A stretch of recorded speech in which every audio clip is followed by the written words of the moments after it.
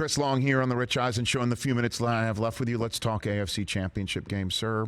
You have been around, I would imagine, the pinnacle of coach-quarterback combinations leading to some of the highest level pre-snap, post-snap, mid-play, quarterback play that you've seen. Where does Mahomes and Burrow rank for you, what we saw yesterday, Chris? Well, these two teams that I thought Cincinnati would come out on top, but you almost should have known Kansas City with their kind of championship DNA and having won and having been close, and it was one too many to Burrow. And at the end of that game, they really willed themselves to have a chance to win this game. But my biggest takeaway was the defense, man. Kansas City's defense.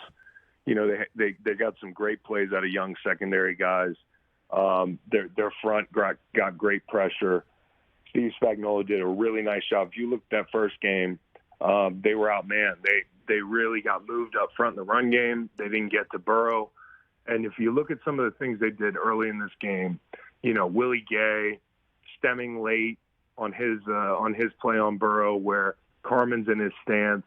He's blocking a 5 technique. He feels comfortable than Willie Gay stems, and he runs right by him. Or when he walks Nick Bolton up in the A gap to get the one-on-one for Chris Jones, or at the end of the game in the biggest situation.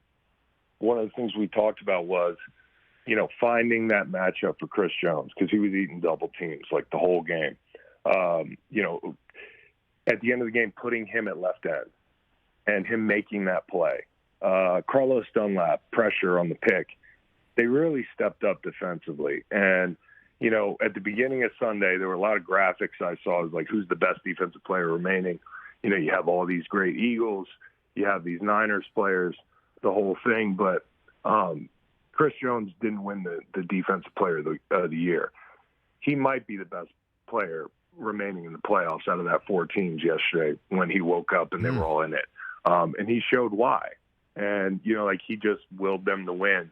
And when they got the ball back, and Sky Moore had the 20-something yard punt return, you felt like this definitely ends in a Butker kick. You know what I mean?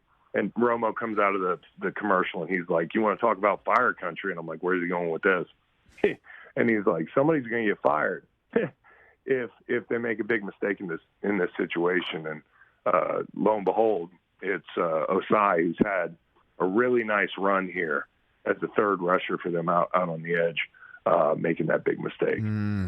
What did you think of the officiating in this game? So much being made of it on Sunday, this game in particular. What do you got for me there, Chris? Yeah, you know what? I mean, it felt like every call kind of went Kansas City's way, but ultimately, a lot of them were the right calls. You look at the grounding. You look at, hey, 3rd and 9, I guess the ref's running out there waving his hands to shut the play down. You didn't hear the whistle, but, they are trying to stop the play. The 3rd and 9, you get Eli Apple on the hold. I do wonder if there was a block in the back on that Sky Moore punt return.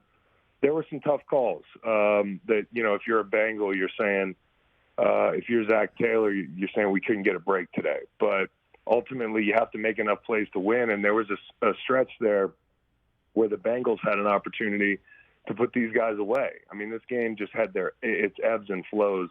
Early, the crowd was a major problem for Burrow and the offense. You had a bunch of penalties, procedural penalties, holds, that sort of thing. And then, there was the cold spell from Mahomes in the second quarter and the third quarter.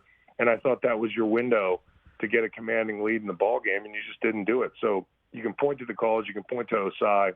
I know that guy's life has changed forever. I mean, it's just having played in the NFL and having played in big games and Super Bowls that I've been a part that we won, there are plays that I want back, like that keep me up at night in winning efforts.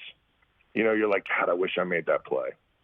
And he's going to think about that one for a long time. And it's why it's, guys get paid a lot. It's a violent game.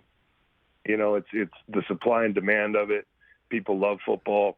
But there's another angle to it, is like, you take the field on Sunday, your dream can turn into a nightmare, like real quick. And that nightmare can last a while. And, I think for him, he's going to eat that one as long as he plays the game. It's just that's the reality of it. Catch the Rich Eisen Show every single day on the Roku channel, 12 to 3 Eastern, for free.